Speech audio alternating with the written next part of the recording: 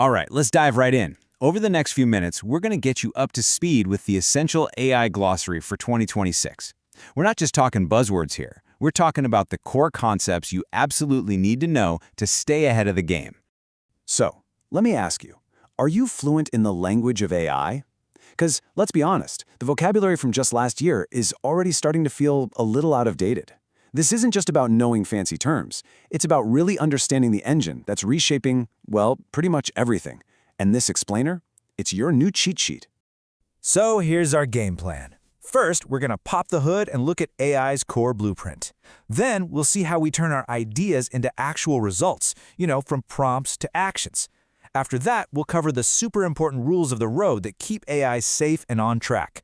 And we'll wrap up with a 2026 AI toolkit, the stuff that's defining what's possible right now.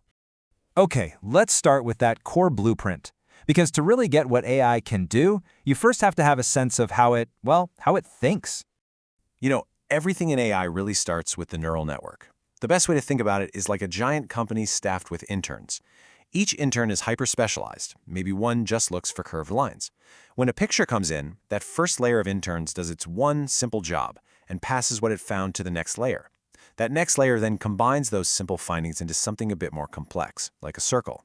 And it goes on, layer by layer, building this incredibly detailed understanding, even though no single intern ever sees the whole picture. So how does this whole network actually learn? Well, it's basically a relentless feedback loop. First, it sees some data, say a picture, and makes a guess. I think that's a cat. Then, something called a loss function comes in and calculates the error. It basically says, nope, here's exactly how not a cat your guess was. And step 3, this is where the magic happens. A process called gradient descent makes a tiny course correction, adjusting thousands of little internal knobs to make the next guess just a little bit better. This loop happens millions, even billions of times in what's called an epoch, and with every single cycle, it gets a little less wrong.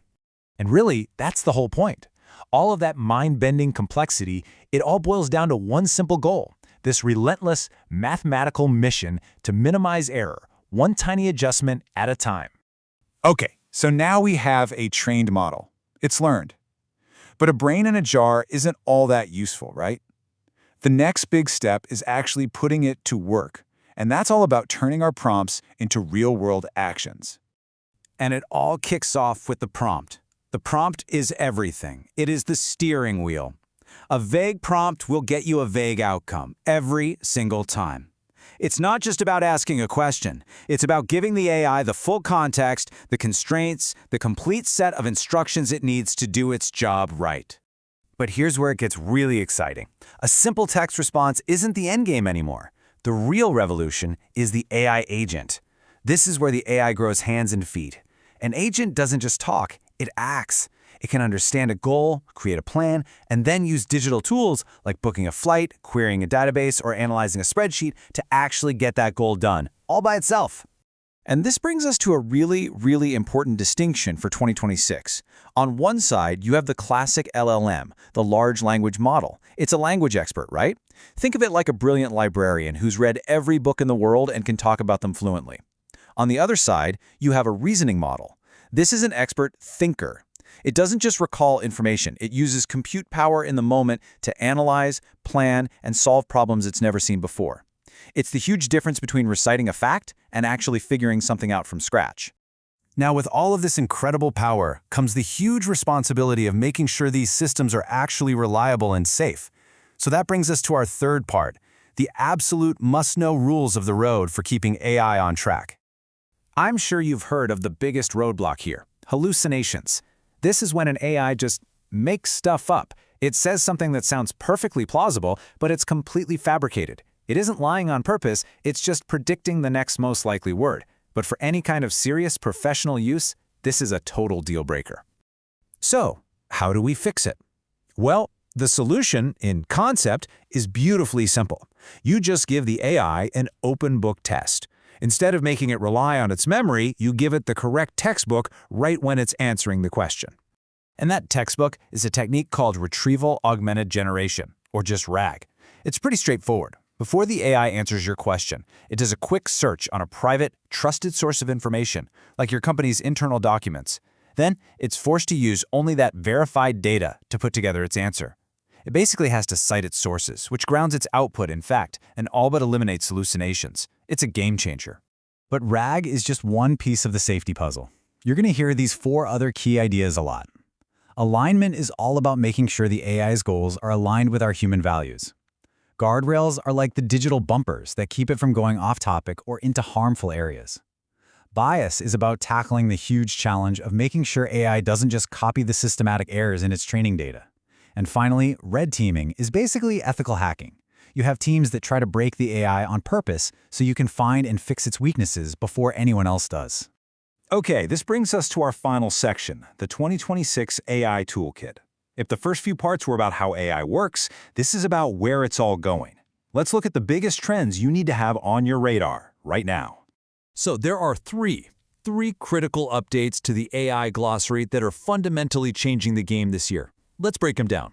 First up, small language models, or SLMs.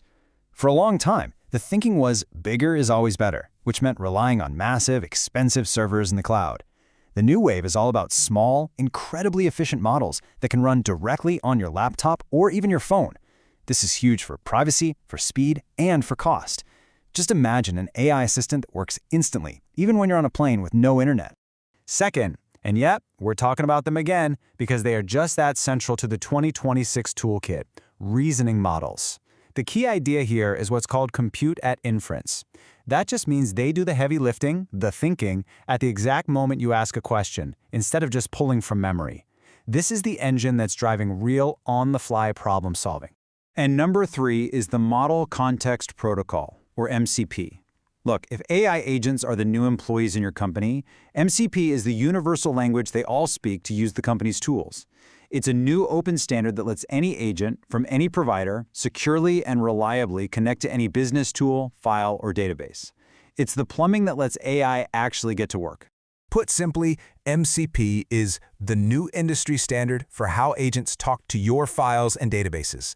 This is what finally makes it possible for an AI agent to reliably work with your specific private data and tools. It's the key that unlocks AI's practical use inside a real business, and it's happening right now.